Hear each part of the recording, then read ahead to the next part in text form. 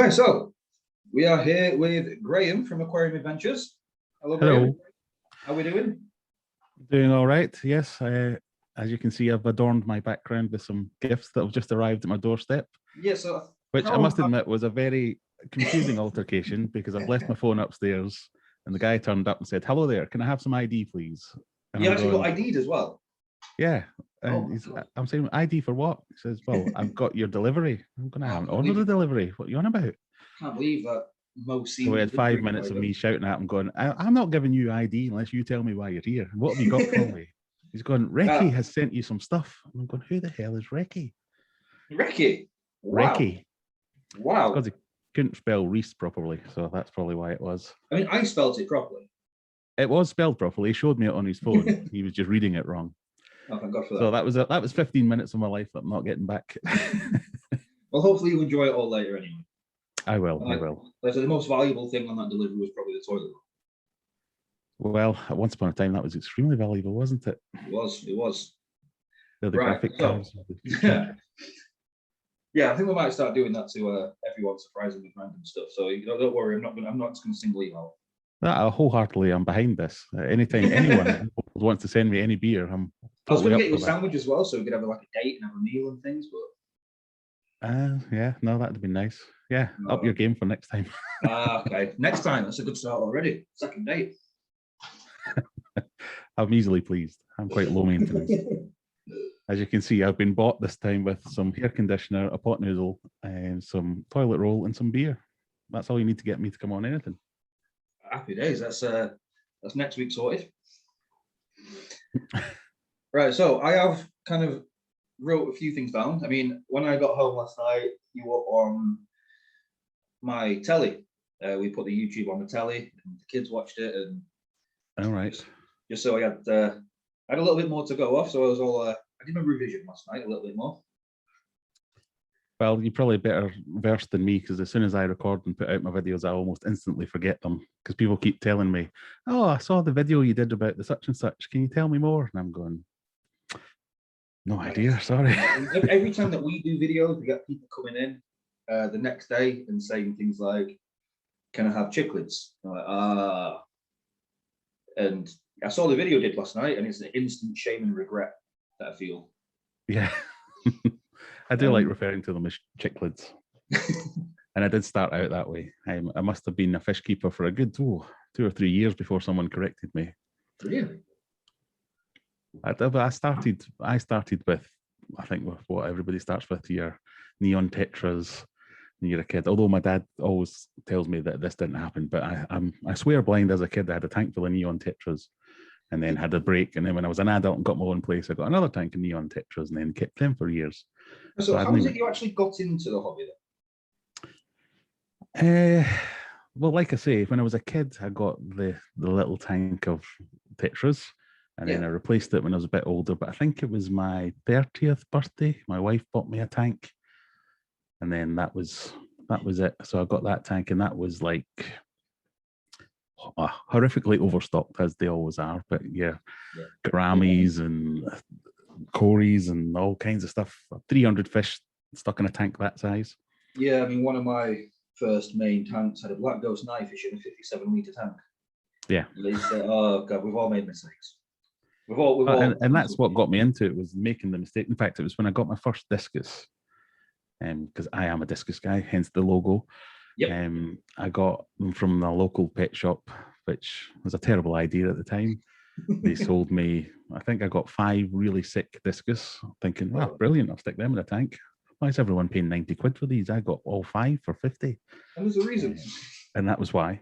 So obviously they all started dying immediately, and I'm on the internet going, "Oh crap, what the hell? How do you do this?" And then learning more and more about it, and went, right, so if I do it properly, I'll get more out of it. Brilliant. So then 1 tank became 2 tanks, became 3 tanks. So and then everything pretty much is owed down to your wife then, essentially. It is, and she really likes the hobby because it's one thing that I've got one of those personalities where I'll get really into something and then drop it immediately. Or, "Oh, let's get a dog," and we get a dog, and then I can't really be arsed walking this dog anymore, so she has to pick it up. But the fish tanks are one thing that I do everything. She doesn't have to lift a finger. and she has allowed me half the garage to fill with fish tanks and all my rooms filled with fish tanks. So I do have to say it's definitely her fault.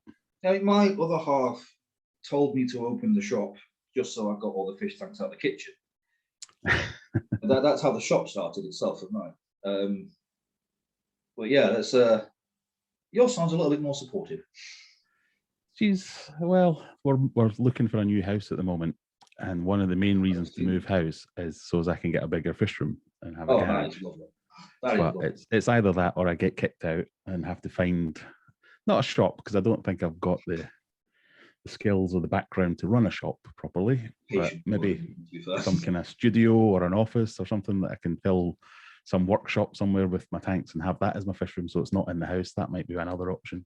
Yeah, just don't put a bed in there because I might want to move in. Yeah, you'll never leave. No, definitely. How long have you had the shop then? Oh, it's coming up to 3 years now. Right. That's all. It's still a bit of a baby, but yeah. July the 17th is the 3rd birthday. Excellent. And is it working well? It is. I mean, obviously, have you now got all your fish tanks out of your house, or are you still got some? Yeah, there's 27 breeding tanks in my kitchen. There was, or there is? There was.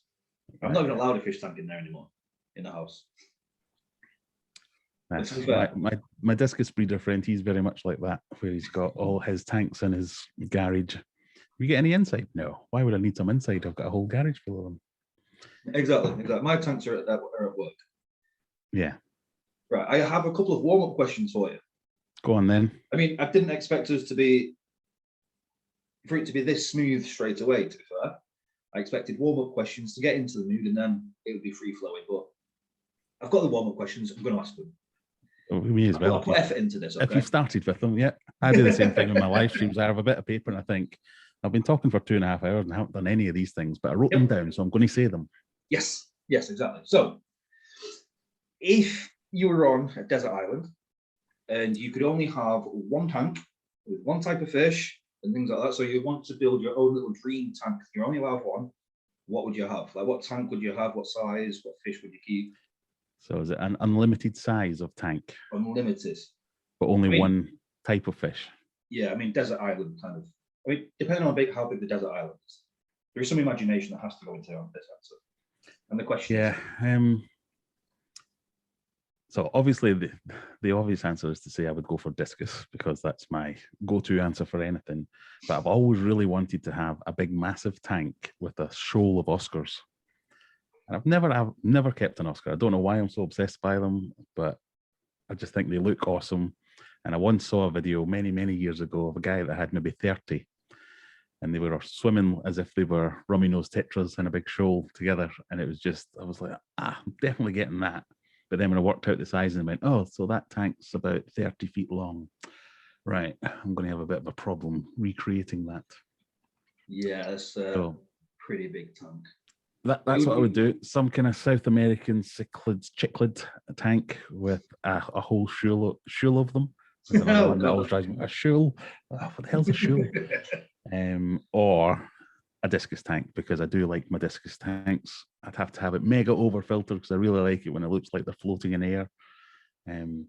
So what would be your dream fish then? Is your dream fish discus, or is it? It probably is. Or is it something that's completely out there, like anglerfish for some reason? No, I mean, I do like getting weird fish, so I do like the oddballs, but I tend to, as much as I like them, so I like puffer fish. So I've always really been into puffers as well. I've had a fahaka, I've had a mabu, I've still got my pea puffers downstairs.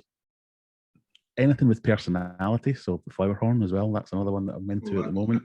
I saw your It's a little water puppy. Beautiful. So I like that angle and that side of things of fish you can interact with. But for kind of artsy fartsy stuff, the discus tank is it's a nice planted tank. It sits there in the living room. It's a statement piece. Yeah, I mean, it's a different thing. Keeping it South American, there's that species of puffer, the Colonesis azalis. Would they be a consideration of yours in a tank in the future? I think so. They're an absolutely beautiful, social, schoolable pufferfish. Yeah, I think that's one of the ones I've been looking at for. So as I said, I'm moving house hopefully and getting a bigger fish room.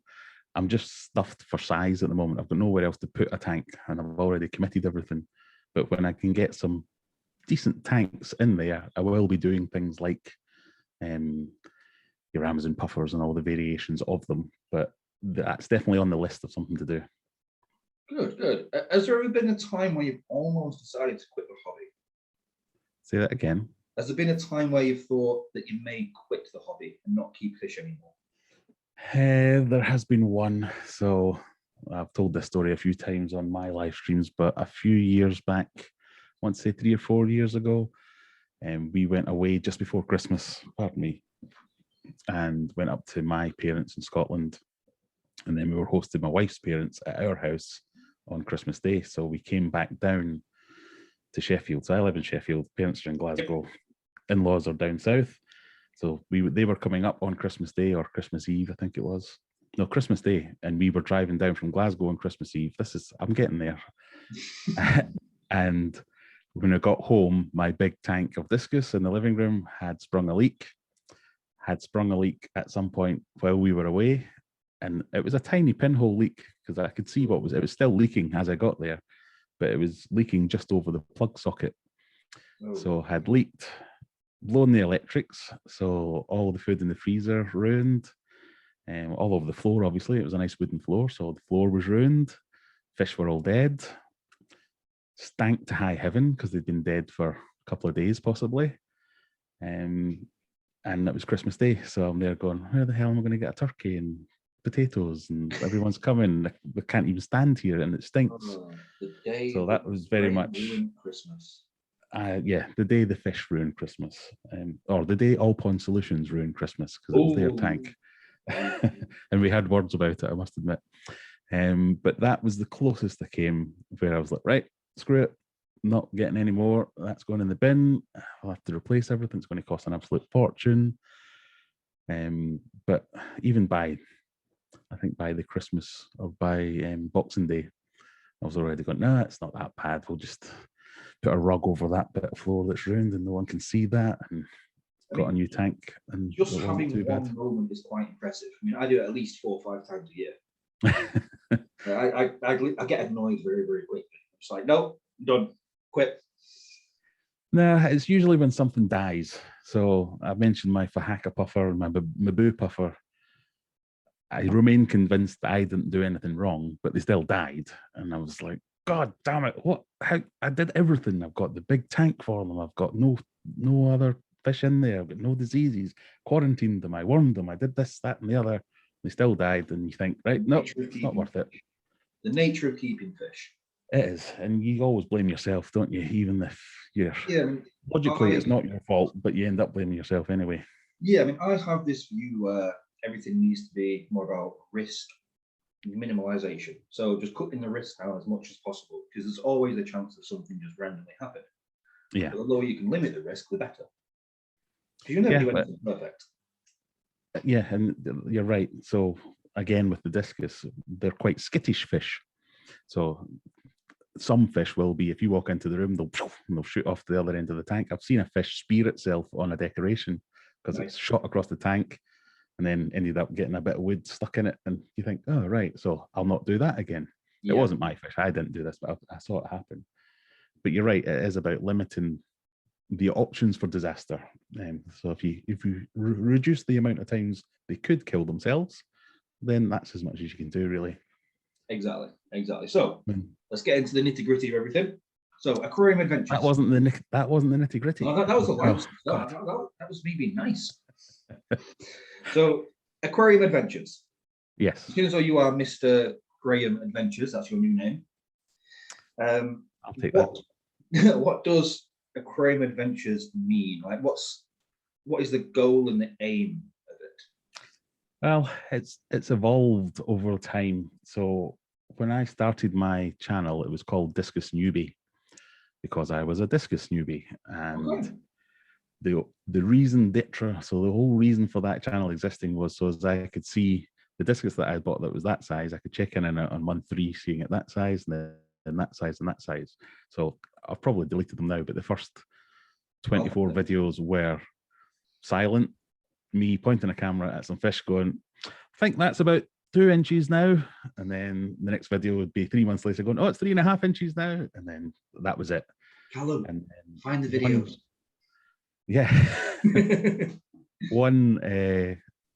One of the videos got something like 300 views, and I didn't notice, and I just happened to check in and went, oh, I don't know 300 people, so who the hell is watching my videos? And then another video had done, someone said, oh, can you make a video of how you've, show me your filter that you've done on that tank? So I was like, oh, right, so that's a strange person on the internet, but they want to see that, that's fine, I'll do that. And it was a king of DIY overhead filter thing. So I'd done, this is the filter that I used, and here it is, and that got like 1,000 views, and I'm going, oh, right, so I've cracked it now, I'm an internet sensation, we're well on the way, but they were very much anomalies. So for the first couple of years, it was just me making videos about discus, pointing at things and going, this is a discus, it's a fish, it comes from, well, these ones were for Vietnam, I think, at the time, and talking about it like that. And then I would get more and more fish. And then, if you've ever heard of Pond Guru, the guy that does the bio home media and builds ponds, he commented in one of the videos and said, you don't want to call yourself. You swore twice on this channel now so far. He told me that the name was daft because it made me sound unauthoritative, and to pick a name with alliteration in it. So Aquarium Adventures, AA. That's probably one of the only bits of good advice that I So he gave me that and said, try that, change your name. And that's how Aquarium Adventures was born, because I thought, like the Yellow Pages in the days of old, where you want to have A, so you're the first thing that people come across if they do it in alphabetical order. Yeah, what's it like sharing initials with Alcoholics Anonymous? Yeah. Yes. That has been mentioned a few times. Luckily, our logos are different, so it's never really been too confusing. But my initials are FA, so you know. The sweet FA gets brought up quite a bit. What have you got in stock? Sweet FA. Yeah, well, hey, that all counts. It's, what is it they say? No news is there's no such thing as negative press. So if anybody's talking about you in any way whatsoever, as long as it drives traffic towards your shop or to your brand, I guess it's a good thing. Yeah. I mean, I probably should capitalize on that hashtag a little bit more. Yeah, you should make, if you own it and claim it, then nobody can use it against you. Callum, goal 2. That's the second thing you need to do. There you go. Okay. You need to tell him off, Graeme. Stick it on the hashtag on everything you do from now on. He listens to you more than me. That is true. Well, okay, Callum, do what Reece said. Thank you, Dad. So that's the whole reason behind Aquarium Adventures. It was a bit of a mistake. I noticed some people were watching it. I thought, oh, hang on. And then eventually somebody at Google gave me 60 quid for ad revenue. And I went, oh, I can make money at this as well. Oh, brilliant. Nice. Right, I'm going to try this. So you've got, what, 11,000 subscribers now? Yeah. I mean, you're just one of 11. The more accomplished YouTubers in the country. I mean, obviously, you've got the big things like as mentioned before, like Pond Guru. And there was Aaron's Aquarium that he has unfortunately had to kind of calm down a little bit, but I was talking about reef fish. But in terms of fresh water and doing everything from a home base, you're probably the most successful YouTuber in the UK at the moment with fish. Well, I don't know about that. There are a few others. You're the big. You're more of a household name than others. My daughter said to me this morning, went, Dad, you know how you're a YouTuber? Are people always coming up to you and taking pictures with you and stuff? I went, yeah, you know what? That's never happened. Yeah, I mean, my kids are 2, 4, 5, and 8 years old. And every now and again, my wife will put YouTube on the telly and show some of the videos, and then the kids are comparing me to. Have you ever seen Ryan's World? The little kid in America? No, I've heard of it, but I don't think that's the biggest person YouTube ever. They compare me to him. I'm like, yeah, my kids are a little bit older, so I've got like 30 subscribers, kids. Yeah, I've got 9, 13, and 11. So today we went hunting for a billboard that another YouTuber had made in Sheffield. There's a guy called Jack Sucks at Life who's made a thing about there's a channel with no videos, and he's trying to get 1 million subscribers on it, and Mr. Beast has sponsored it. So my kids are there going, oh, so in the same breath as Mr. Beast. I'm like, yeah, so he's got 50 million subscribers. I've got 10,000. There's 0, me, him. They don't get the difference. I mean, the difference, to be fair, is like 2 zeros at the end. It's not a lot. It's 2 nothing. Yeah, there is a difference. So my level of celebrity, shall we say, is every now and again, if I go to a fish store, someone will look at me and squint at me for about 5 minutes and make me feel all self-conscious, and then never say anything, just leave. And I think, oh, have I got my flies open or what is it? And they'll go, oh no, I saw you on, you're that guy from that YouTube. Yes, I am that guy from that YouTube. I apologize profusely for being that guy from that YouTube. Do you then get people asking you advice and not the people within the shop? It's happened twice, I think. Once at Pets at Home when I wasn't even in the fish section, and somebody came up to me and said, I was buying like hay for the hamster. Somebody came up and said, I've watched your videos on YouTube and I'm thinking about buying those fish over there. Will they fit in my tank? And I'm always a bit standoffish with people like that, because I'm like, well, how big's your tank? And they'll go, oh, it's about this size. Well, that fish is that size. So yes, it will fit in that tank. That's not the way you want to phrase that question. And I'll talk to them about it and see where it is. But I don't really want to be giving free labor to Pets at Home, for instance. I'm like, yeah, if you reach out to me and ask me a question, I'll answer it. But there are people employed here to answer those questions. Yeah, I'm more surprised you was in Pets at Home. Well, it's local. It's easy to get to. I mean, and to be fair, I'm not one of these snob types that say everything is terrible about Pets at Home. I've been in my local Pets at Home is actually quite good, but I've been in some terrible ones where I would never set foot in those particular stores again. But the one that's close to me, I know some of the people that work in the fish section, and they do know their stuff. Yeah, I mean, there's been times where I've thought before opening my own shop, I could quite easily, with all the qualifications and stuff with keeping fish that I've got and other animals, I could go for a managerial job at Pets at Home, but then my outlook on the whole thing would completely change. At the moment, the local ones to here don't have very knowledgeable fish people. Yeah. There was one that did, where he was a friend of mine that worked at other fish stores, and then, he told people about this place. But the Pets at Home around here don't have the greatest reputation with fish. I thought, no, and I don't think they do anywhere really.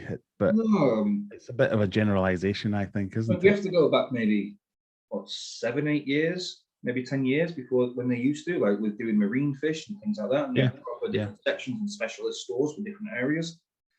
But now it's minimal tanks with a reptile specialist doing fish orders. Yeah, and I spoke to somebody, I mean, it's probably a year ago now, but I spoke to somebody that worked there, and they were really disenfranchised with it because they were a hobbyist. They did know their stuff. I mean, if you think about it, most of the people who get a job there, if they've applied for that job, it's because they have an interest in doing that thing. But a lot of people get stuck there, I think, is the ones where it's, if you've got somebody's covering for lunch, and they're the rabbit specialist and they just have to cover for lunch, and you're bombarding them with questions, then yes, you're going to get bad advice. So you'll have less of that problem if you go to a proper fish store, because everyone's the fish expert in a fish store. But Pets at Home are trying to be too general. Well, that's a good point as well. I employ some weird people, Graeme. I have met one of your employees. Yes, I concur. But there are also fish shops in Sheffield which I think absolutely suck, and the people running them have no business running a fish shop. I'm not going to name names or anything, but they have no interest in the fish or the shop or the business or retail or any of the things that you need to make a successful place. And I often wonder, why are you even doing this if this is your attitude towards it? Whereas the Pets at Home has the kid that is right into fish, really loves it, and is just a bit upset that Pets at Home themselves, their policies won't let him do the things that he knows he should be doing. Yeah, I mean, I'm pretty sure you still have to have a minimum qualification to work there. So you do know something about something. just might not be the best person looking at fish, but you have to go across these policy things and say if you are the reptile or the rabbit guy or girl, should I say, you have to follow something that somebody else has set in place that doesn't step a foot into the store. Like I say, not all of them are bad. There's a lot of good ones, and most of them in terms of reptiles and food and things like that are actually quite good. Yeah, and that's why I'm not the pets at home snob that most of the internet is. I mean, to be fair, we might have to cut out all this pets at home stuff, to be honest. But and there's the thing about the big box store is always bad anyway, Yes. no matter what.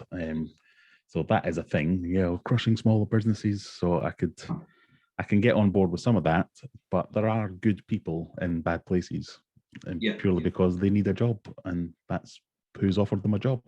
Right. Yeah. I mean, yeah. I agree.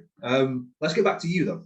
Let's get back to you. Let's get back to Aquarium Adventures. To finish that question, I don't like giving advice because I'm not an expert as well. That's where I was going to go for that. And the whole reason I forgot what the question was. The question was, do I end up giving people advice in fish shops? And I don't like doing it because I know a bit about discus and a little bit about most other fish, and then I'm lost. I have not got any qualifications. I've not learned all the you throw Latin names at me and I'm going, was that a Harry Potter magic spell? I don't know. What is that? I do that when people throw Latin names at me. They got this fish in. I think, oh, Jesus Christ, what is that fish? And then it turns out, I don't know, like red-eye tetra. Like, let's just say red-eye tetra. Well, I have it in my life. Prove yourself. Yeah, there's how smart am I? But yeah, I have it in my live streams quite a lot where someone will say, would you ever consider keeping the blah, blah, blah, blah, blah, blah. And I'm going, oh, maybe. Yeah, just wing it. Quickly Google that. See, oh, yeah. Sorry, I've got a phone call. Yeah. Indeed, yes. So that's kind of why I stopped that, because a lot of people on the internet, especially YouTubers and things like that, will present themselves as experts. And if I have got any measure of success, I think it might be down to the fact that I don't present myself as an expert. I'm just a hobbyist that is interested.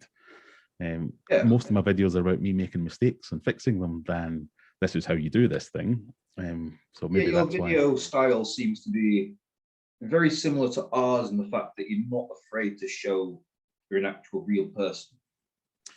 Yeah.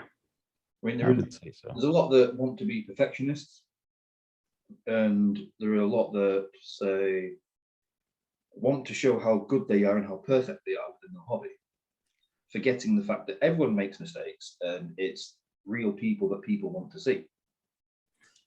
Yeah, I would agree with that, because a majority, I would say, of my videos are, hi everyone, I'm going to do a thing, then I do the thing, and then I show the thing. But sometimes the thing is the big massive mistake I've just made. So it's, I had a great idea, I was going to do this thing, but look how I've smashed my fish tank by trying to drill it. So don't put your drill on hammer setting. There you go. That's a top tip.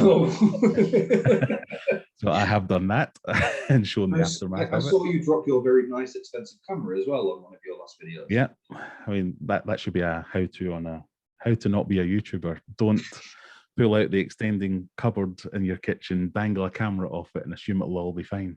Yeah, don't do that. Yeah, don't DIY your camera setups with expensive cameras. I'll just show you the aftermath of what I've been trying to fix. Don't know if you can see that, but yeah, that's my, just done it again. That's my wireless mic that sits on top of the camera normally, and the little mount. So thankfully it's just the mount. It still works, but it just no longer fits on top of my camera. I mean, as you've probably seen, Colin's favorite thing is sellotape, so there you go. Sellotape will work in this situation, so yes, that's a good idea, Callum. Yeah, I mean, I'm sorry, I apologize about the few boxes that you've had to open that have been caked in sellotape. Yes, well, what can you say? Security is everything. No one was stealing that package. That's a positive, I suppose. I'm just surprised you have to get a samurai. There are weirder quirks in the world, aren't there? Yeah, I mean, you did all of that just to get into a bit of a beef pot noodle as well, to be fair. I'm just getting blinded by this thing. I'm trying to move it out of the way. I was wondering when you was going to want to move that. I don't know. Maybe I think I have to move further back to get out of it. No, I'm probably out of focus. No, you're fine. There we go. You're all Just good, not Graeme. going to move forward. Right, so Aquarium Adventures, what's next? More of the same, probably. I think the next thing is really, it's bound by this house move that I'm doing. So depends where I go. If I get my wishes and get a big double garage, then it'll be a big fish room build, and that will probably take God knows how long to complete that. If I get a big enough garden, it'll be a pond build. So I've been wanting a pond for a couple of years, but at the moment I've got a tiny little garden. What kind of pond? What kind of pond? Very quietly, a koi pond, hopefully. Japanese style, the mini breach and stuff like that. Yes. But I was looking at koi with my missus a while ago, and she went, "God, some of those fish are almost £1,000. Some of them are almost £1,000,000." Yeah. So I don't know. Hey? Did you actually say that to her? Yeah, big mistake, yes. Yeah. But I also kind of like the idea of, if I got a big enough pond, just doing a kind of like tench and things like what people might call uninteresting fish, but I quite like them. I do as well. Stunning fish, especially when they're young, they look a bit weird and a bit misshapen. But as they get older and they mature, they are absolutely beautiful fish. No, I like them as well. So what people might call boring tench and silverfish and things you might find at a fishing lake or things like that. I love perch as well. I'd love a big native perch, yeah, indeed. I kind of got an idea for, if I do get a big massive garage, a tank that runs the length of the garage, for instance. So you could have a big 20, 30 foot tank, whether it's fiberglass or plywood or whatever it is, to do some kind of natural indoor pond type thing. Yeah, have you seen, I mean, most people have heard of it now, but Jack Heathcote in his aquarium? I don't think I have, actually. Oh, you need to have a look. Basically, it's one of the biggest private aquariums in the UK. Basically, he's got a basement, and he's like sectioned off most of his basement, put big windows on the basement. He has to access the tank from outside. Was this the one that he lifts up the seat above the living room window to get down? And yeah, it's got a climb inside. Yeah. Oh, yeah. He's now turned it into more of a native aquarium, and it's got like some beautiful perch and things like that. And they're absolutely stunning. Yeah, I have seen that, and that's the kind of idea that spawned me to think, well, I could just take off 6 feet away from the wall, big bit of acrylic panel. There you go. You've got your massive tank. I kind of had this, you know, when you go to a public aquarium or something and you stand in front of it and you get to do that. That's my kind of ultimate dream goal, is to have a tank that I need to look like that to see all the sides of it. Yeah, or one you can actually you have to walk around it. You can't just stand still and go. Yeah. Because at the moment, my biggest tank, I can go like that and see the entirety of it. Yeah. No matter how close I stick to it. On the shop floor. It's that one with the big arowana and stuff in. But yeah, and as much as I would like to get some big predators and some big interesting fish, I feel like a lot of, certainly in the YouTube game, a lot of people buy these fish just to do interesting things. Just make interesting videos. Yeah. It's like, oh, I bought this thing that I don't really care about, but people will watch the video if I buy the thing. Whereas that's what's different about your YouTube as well. The Aquarium Adventures YouTube itself isn't just about getting things in for likes. It's a journey. Yeah. And I think that's what a lot of people seem to fall for, is the fact that you're not just, oh, I've got this rare fish today that you're not going to have next week. And that's it. If I start buying things just because they're exciting, so if I buy, the ideal one is your red-tailed catfish. Every YouTuber in the world that wants to get views in, they buy a big, massive fish that's going to eat things. Yeah. And they go, look at this, it's brilliant. I've got no plan for this. I don't know what I'm going to do with this in 6 months' time when it's the size of the tank it's in now. Whereas I've always said, if you see something on my channel, it's because I like it and I've bought that thing.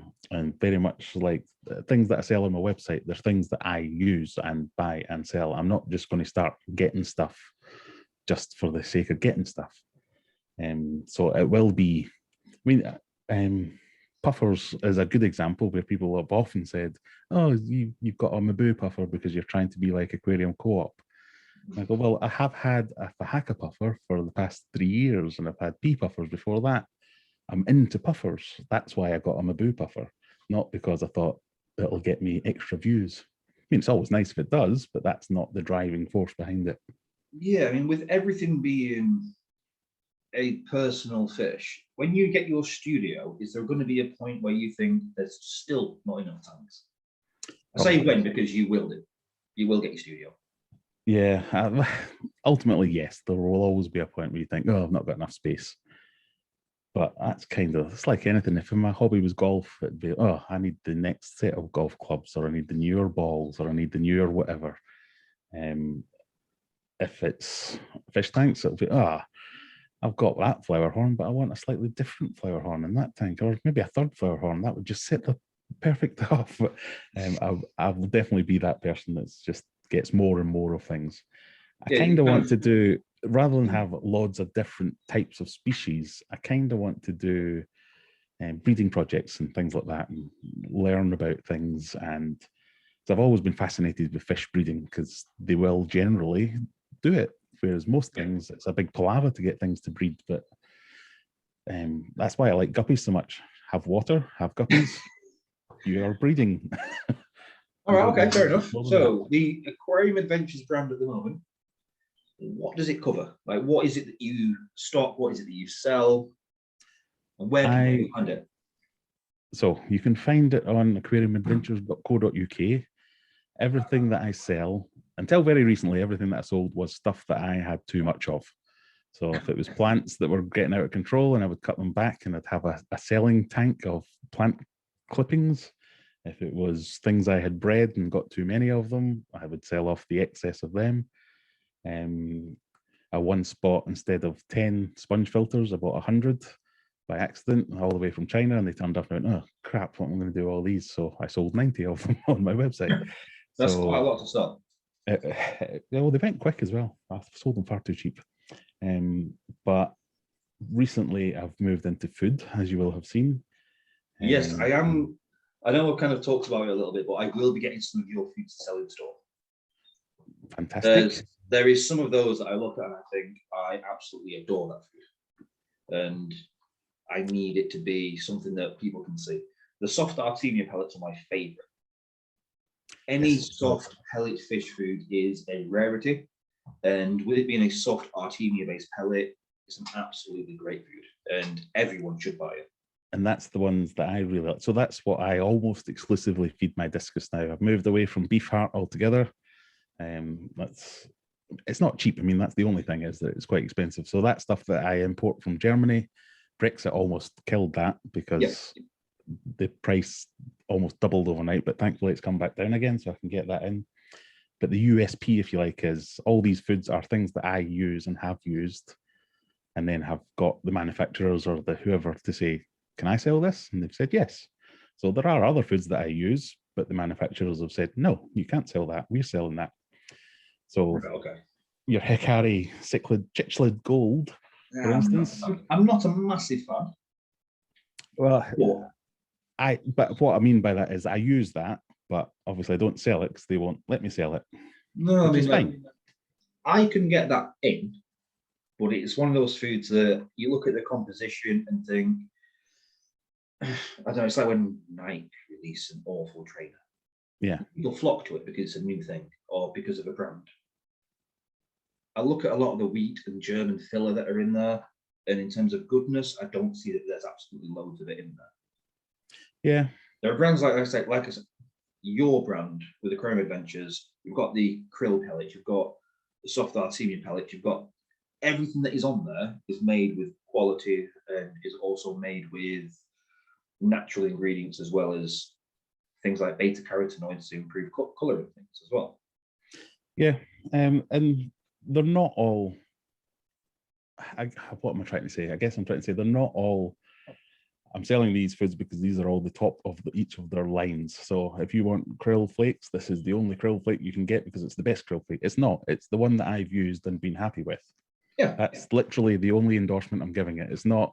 It's better than all the rest. It's the one I use. That's the only reason I'm selling it, because it's the one I use. Things like the soft Artemia, I do think that's really good. And so I will go a little bit further with that and say I think that is a really good food for. I wholeheartedly agree. That is one of them. Yeah. Any soft pellet is a godsend.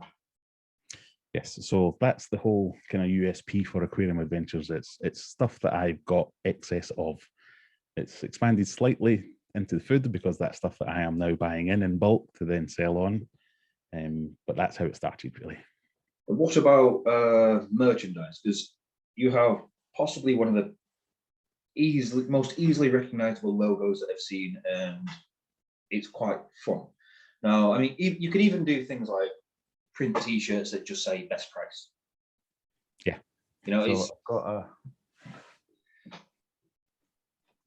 I think we've run out of best price pictures, but so one of my subscribers runs his own printing shop. So Phil at Elite Logos will give him a shout out, and he just keeps sending me these. So he'll make them up.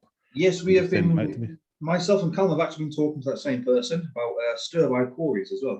He's wanting to order some stir-bys. All right. Yes. So yeah, it's the same person. Came out, according to Callum, anyway. But you know. No, I think it is because he was asking me about stir-bys as well. But yeah, he'll just keep printing out stickers from the end of runs for other things. So he came up with the best price stickers. He's got the car stickers. He does the embroidery on these ones. But you just need a T-shirt that just says best price. It's a little T-shirt. Yeah. And so T-shirt wise, this was how it all started with This Sucks. It's one of my oldest ones. Nice. But it literally was just Spreadshirt. It's you go on their website, you put in a design, and they will sell your T-shirts, and that's what it was. So it started with that, and I realized, hang on, loads of people are buying these, and I'm getting about 20 pence for every one that gets sold.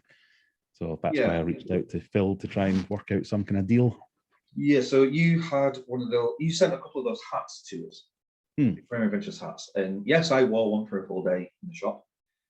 It felt delightful. It was really, really comfortable, and they really look really good as well. They complemented my odd face shape very well.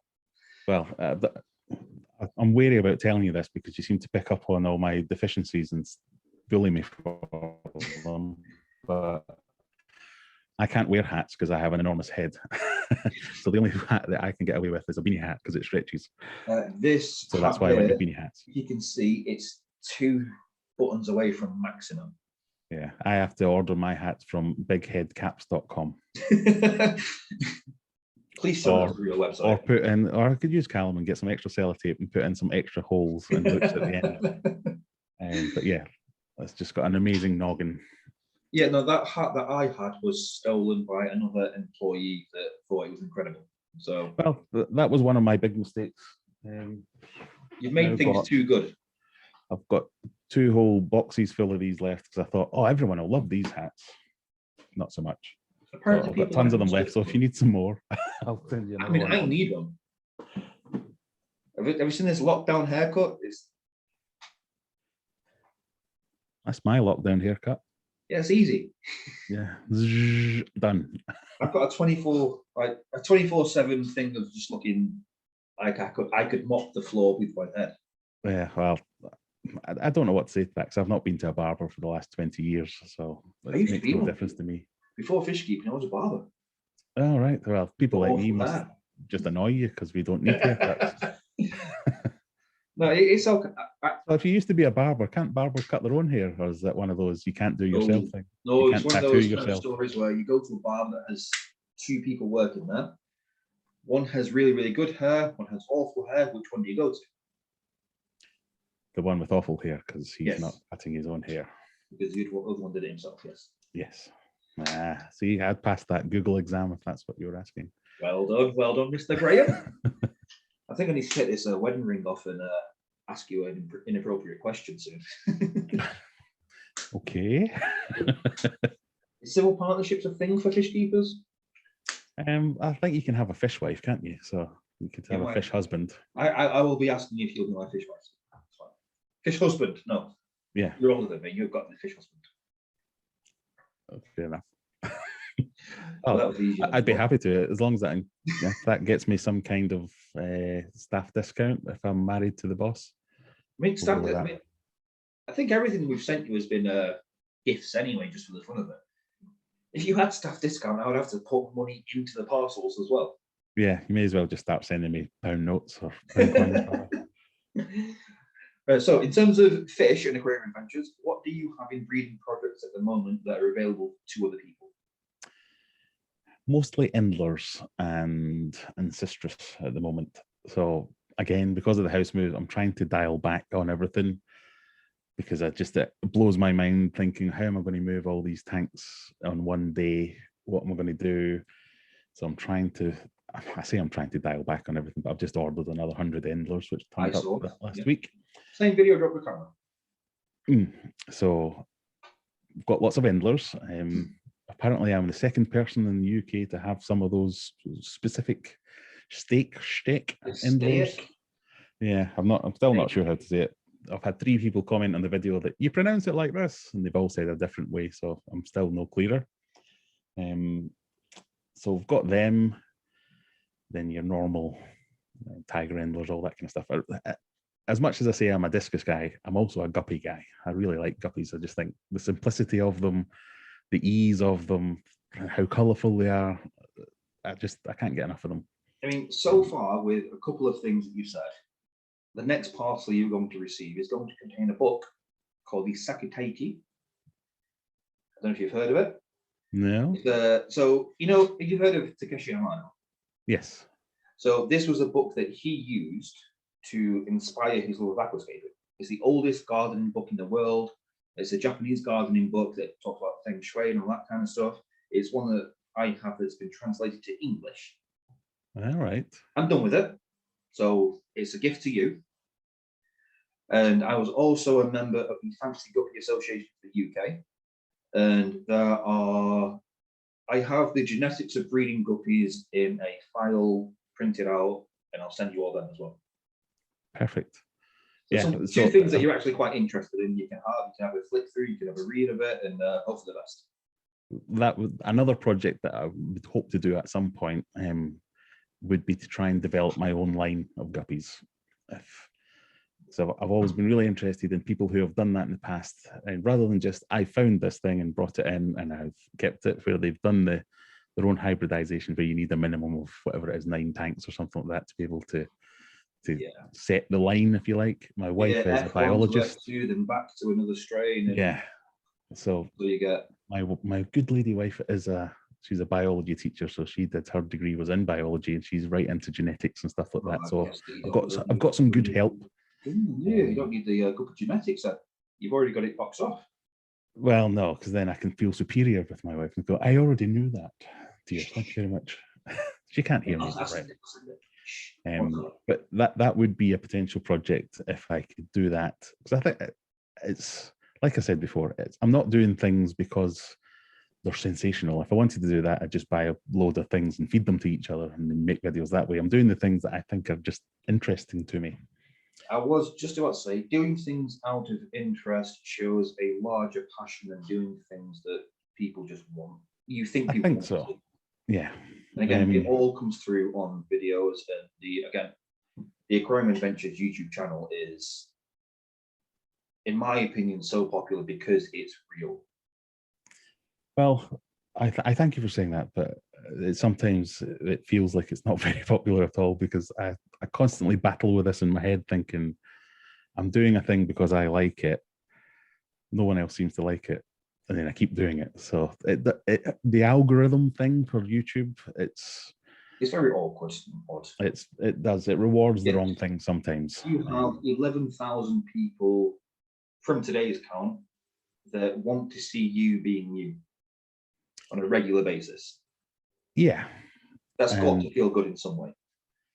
It does, and I feel bad when I complain about it as well. Only in comparison with other people, it may feel a little bit odd, but 11,000 people that want to see you talking about fish, that's a lot. It is a lot, and there's no getting away from it. But in YouTube terms, it's not a lot. That's YouTube. That's the whole world. Yeah. So, and that's why I find it really hard to draw that distinction between, am I doing this to be good at YouTube, or am I doing this to document my hobby? And it started as documenting my hobby, and then YouTube became a hobby in and of itself. So they will fight with each other, those two different scenarios of, well, if you're going to be good at YouTube, you have to do these things. You have to make a thumbnail with that in it, or it's not a very misleading title. Yeah, and I do those things. I will loads of my videos have me going, inappropriate weirdness or just something like that. Every single one of my videos. And it works though, and I hate myself for doing it. I have to go, please like and subscribe. It makes me die inside every time I do it. Yeah, I mean, when I do it, I can see in the analytics that people click the subscribe button. Yeah, it's like when I first started out my channel just 7 months ago, we did like 3 or 4 videos.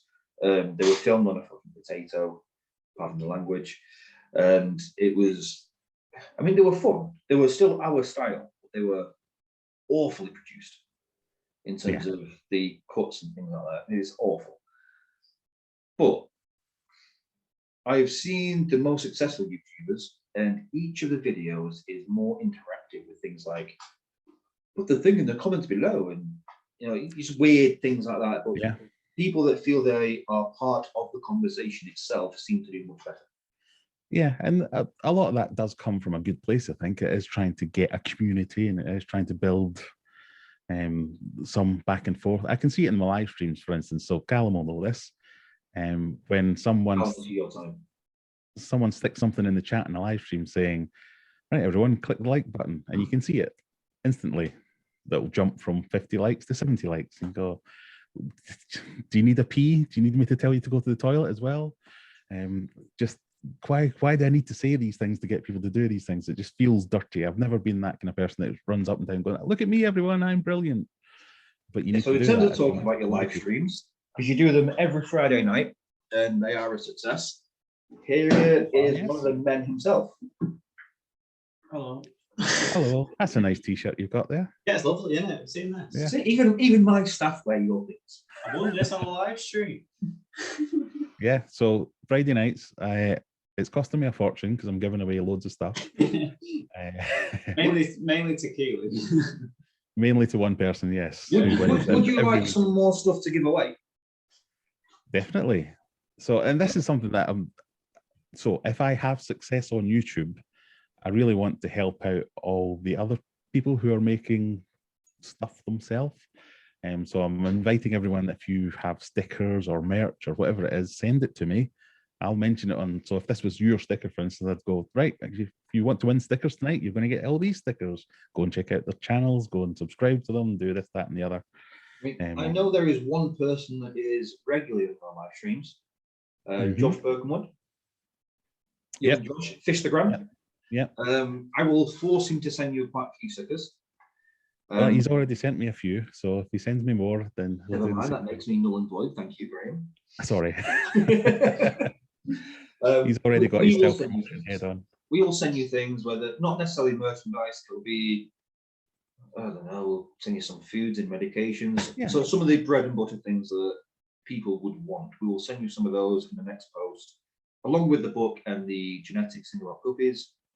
You get quite a large parcel next week, apparently. Excellent. I'll take it. Yeah. If I can think of anything else to send back in return, I shall return the favour. I mean, the longer that I talk to you, the more I'm giving you, so...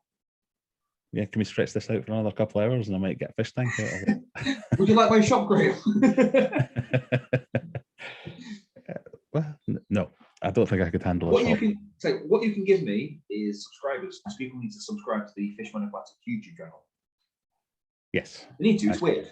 It's weird. It's wonderful. It's daft. I've already been giving you more shout outs and stuff without being asked. So everyone who has seen my channel and seen me say, there's this weird guy who he bullies me because Callum, your admin. No, it's the accent was the thing that I was going for there. He told me to do that. There's a guy over here pretending to be a pirate. I think he thinks he's being a Scottish accent, but it sounds more like a pirate. But the quirky stuff there, I'm more than happy to shout out your channel, and I know you've had a resurgence recently to try and have another crack at it. I think YouTube is the perfect companion for this type of business, where you're not sat at a desk. It's not a 9-to-5 job. No, the thing with YouTube is more of my children. So I said because we've got the smart TV and everything. It sounds weird saying that you've got a smart TV nowadays, because it's not just a telly. You've got a satellite or Freeview. You know, you can watch whatever you want. Yep. But my children have YouTube on quite a lot when they're at home. And they'll watch Ryan's World, and they'll watch these like Ninja Kids and stuff like that. And the way that they idolize those people, but my children's view on those people is what has made me to start YouTube again. Just so you know, Daddy is a hero, kind of. That is the best. Yeah. One of those kind of images. So it's not for other people that have done it. It's for my kids. It's very strange. So if you want any advice in that realm, when they grow up a little bit, they stop that. Because all my kids love YouTube, but when I try and get them involved in my channel, they used to always be like, "Oh, Dad, can I be in one of your videos? Please let me be in one of your videos." Now, there's no amount of money I could pay them to be in one of my videos. They're like, "Fish, no thanks, Dad." You see, that's the difference with mine being much younger. Is you saw the last video that we did where I was held to ransom? Yes. Yeah, so it was my youngest boy, Freddie, who's 5 years old. He's the one that's kind of, I got home that night and he went, "Daddy, you've not done a video where you show me things." And I felt really, really bad. And like, I had to give him sweets and chocolates just to make him like me again. So that was the whole idea of being held to ransom with the children. And I had to show all of them out and things like that. But no, it's great. And it is when you've got them at that age and they are under the spell of YouTube somewhat. As much as I like fish though, to be fair. Yeah, but you'll have seen my daughter who's been in loads of my videos. She's the youngest one, so she's been in quite a few recently. She's the only one that will still be in it. Kinder Egg toys. Yes, yes. So she got one of these. I am nursing an injury, by the way. Oh yeah, what have you done to yourself? So you know that we all make silly mistakes with keeping fish. Yeah. I was cleaning up some old aquariums and glass and things like that, and I grabbed a piece of glass and sliced my hand open yesterday. Nasty. Yeah, so Mr. Callum, again, coming back into it, is the only major first aid trained person here that's got to fix me later. So you got your life is in his hands, literally. Yeah, let's not give him that power. Well, yeah, I'm hoping that he doesn't kill me. And it's one of those rookie mistakes. So if you're messing about with glass, wear gloves. Every time. Good advice, yes. It's health and safety advice, but it's good advice. It is. I mean, luckily, I've not had any major injuries yet. I've been millimeters away from several major injuries, but I think that's the nature of my incompetence, probably. Yeah, I mean, one of my worst injuries was when I was building the shop. Just building it. I just moved some stuff, caught a finger on glass again, and it burst everywhere. It was awful. I I say we all make silly mistakes. As long as you only make them once, that's what my dad used to say. Apparently, I've made them twice. Yeah. You need to categorize them slightly differently. One was a finger, one was a hand, so that's different. So that you're all. I've upgraded. I've made it worse. Just stay away from the neck area, and then hopefully you won't get. No, the idea is to stay away from glass. Yeah, well, kind of difficult though in your line of work. No, I'll get Callum and other people to do the work. That's fine. That's true. See me sat on the sofa. It is your shop. You should be directing rather than doing. Yeah, I used to think that, but they make me lead from the front, and I don't. I lead from the fridge and the Uber Eats, and I lead from Deliveroo. So where did all this come from? That was Uber Eats. So Deliveroo would not deliver to your house. I noticed that. Yeah. Yeah, so I had to get it on Uber Eats for you. Oh, and they came because they wouldn't come for me when I tried before. Oh, okay. Because he wouldn't identify himself either. Oh, I mean, it was from Asda. From Asda, right? Okay. It's all from Asda. So I mean, you can Uber Eats from Asda to yours. I mean, I can Uber Eats to yours from Oldham. So I'll need to try that then. I'm just looking it up now. It's a very slippery slope. Don't try. You will find yourself not leaving the house ever. Well, I'm already a bit of a hermit. I work from home. I do everything from home. The only chance I get to go out anywhere is when I go to the supermarket to do the shopping. Right. So is your place still open at the moment? Are you still accepting customers? We are, yeah. Sure what the rules are these days. We've got, it's an awkward one. So the local councils never gave us like major rules. We put the rules in ourselves. And we had the council come in at one point and say, oh, you're going above and beyond. And we thought we're trying to keep it as basic as possible.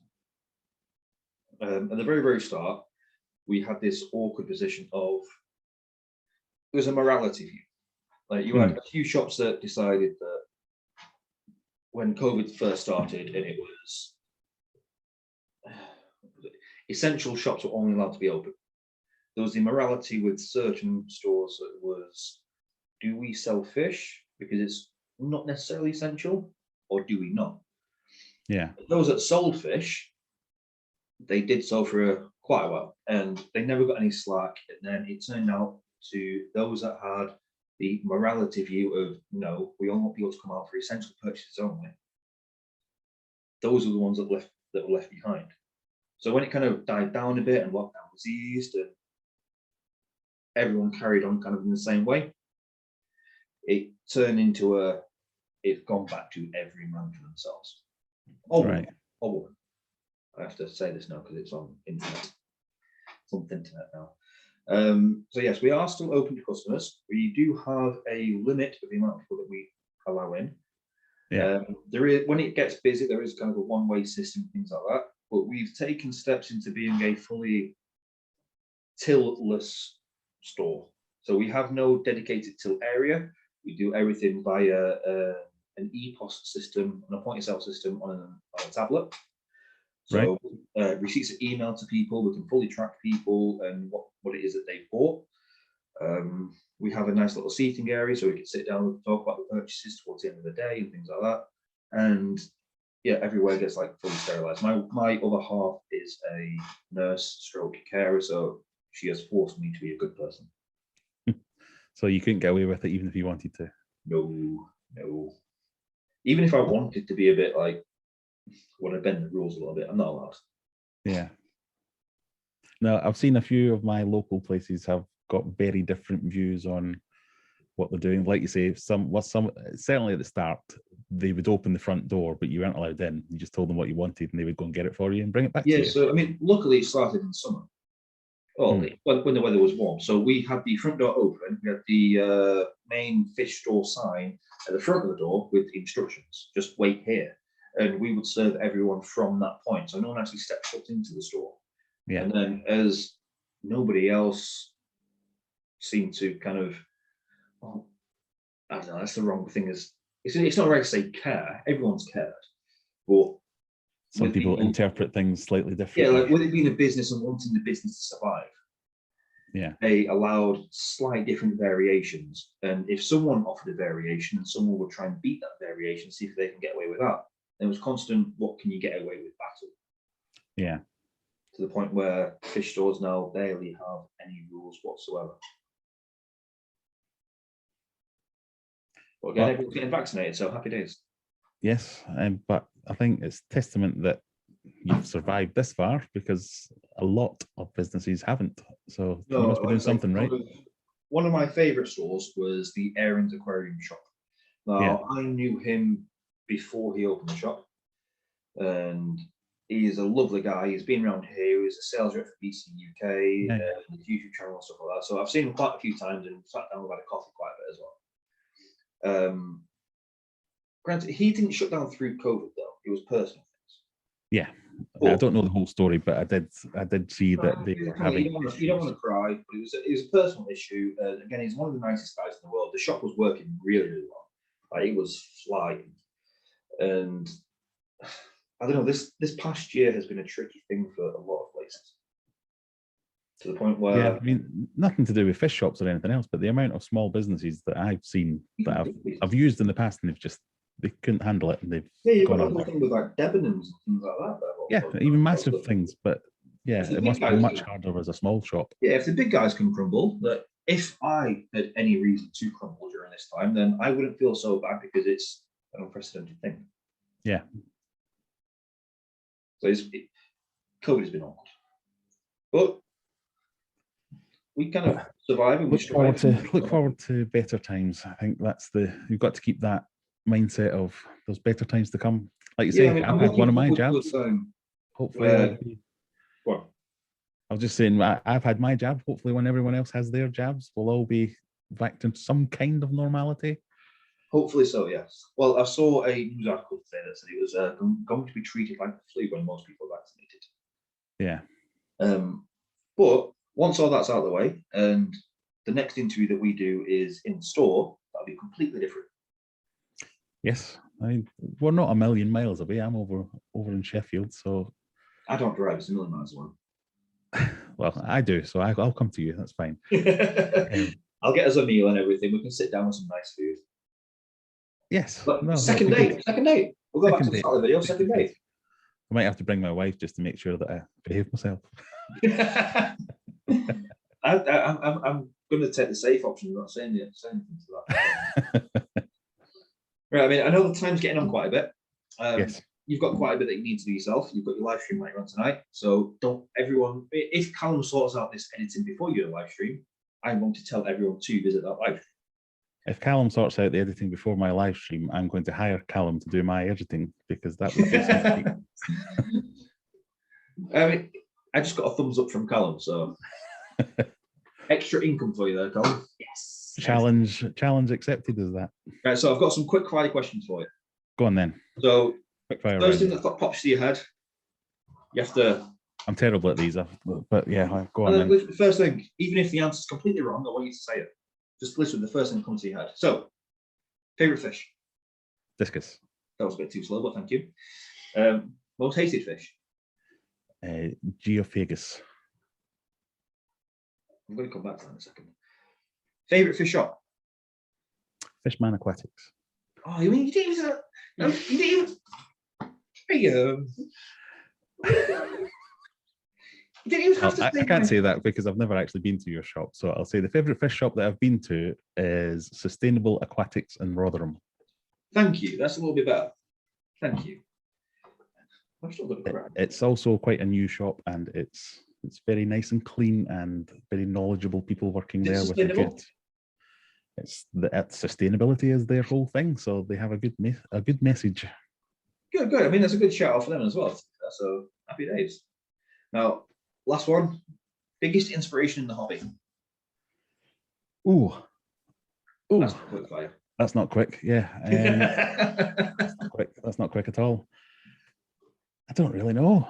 God, that's a difficult one. I mean, you could go through aquascaping people, or I mean, you started off with discus, so I'd probably say someone like Takeshi or George Farmer would be a big thing. But again, when you started when you were 30, yeah, BFK.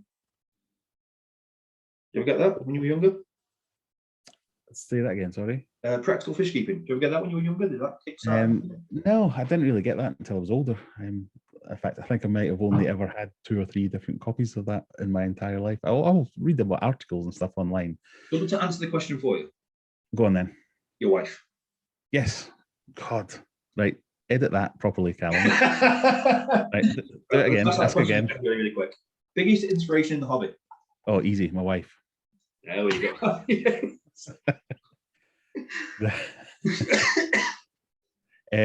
No, it would be probably because she's the one that's helped me get to this point. If it wasn't for my wife allowing me and supporting me, then we wouldn't be here. So it is a good answer. Yeah, it's a good answer. Well done for thinking about that answer. Yes. You get some brownie points. As much as I like George Farmer and all these other people, I did come into them once I was already hooked, if you see what I mean. Yes, it's one of those that, with it being a hobby, well done for the pun, with it being a hobby, you don't know about these people before you get into the hobby. Yeah. Quite often I will meet people who are, and I'm not, as much as I say I'm not an expert in fish keeping or fish or things like that, I do meet people like yourself who are much more knowledgeable than me, and they say things like, oh, you must have heard of this, that, or the other, and I go, nope, never heard of that in my life. I wouldn't necessarily say I was more knowledgeable. Like, I don't see myself as being more knowledgeable than anybody else. Like, I don't have a specialist area with being usually a one-man fish shop. It's only that since I've got Callum and other people, things like that thought, right, if you want to learn more about that, then I can do more about this and have specialist areas. Yeah. Like, I don't see anyone being more knowledgeable than other people. Everyone's got their own experience, and there's that black and white of fish keeping. The rest is a massive grey area. It is. I mean, I think the thing that got me hooked in the hobby properly was discus. And the discus world it's a bit of a cutthroat, political, horrible place to be sometimes. I had a chat with someone big in discus about actual discus diet not long ago, and that was a strange, long-winded conversation. Yeah, so I got my first proper discus from a place called Corbin Discus. He's one of the specialists here in Sheffield, and he gets his from Martin Ung, who's like the breeder over in Malaysia. But he's told me some stories. I mean, people have come around to his place and tried to poison all his tanks and stuff, pretending to be customers. It's literally that cutthroat. But he was the first one that helped me cut through some of the BS that's out there in the world of, well, you need to do this, you need to buy from this breeder, and you can only do this, you can only do the other. He was like, get some fish that you like, change lots of water, feed them well. Everything else is a bonus after that. If you do that bare minimum, you'll have a good time. And oh, yeah, you're right, actually. Okay. Graeme, I'm going to pause you for 2 seconds. I really need to go to the toilet. I'll get Callum to cut that a little bit out. But...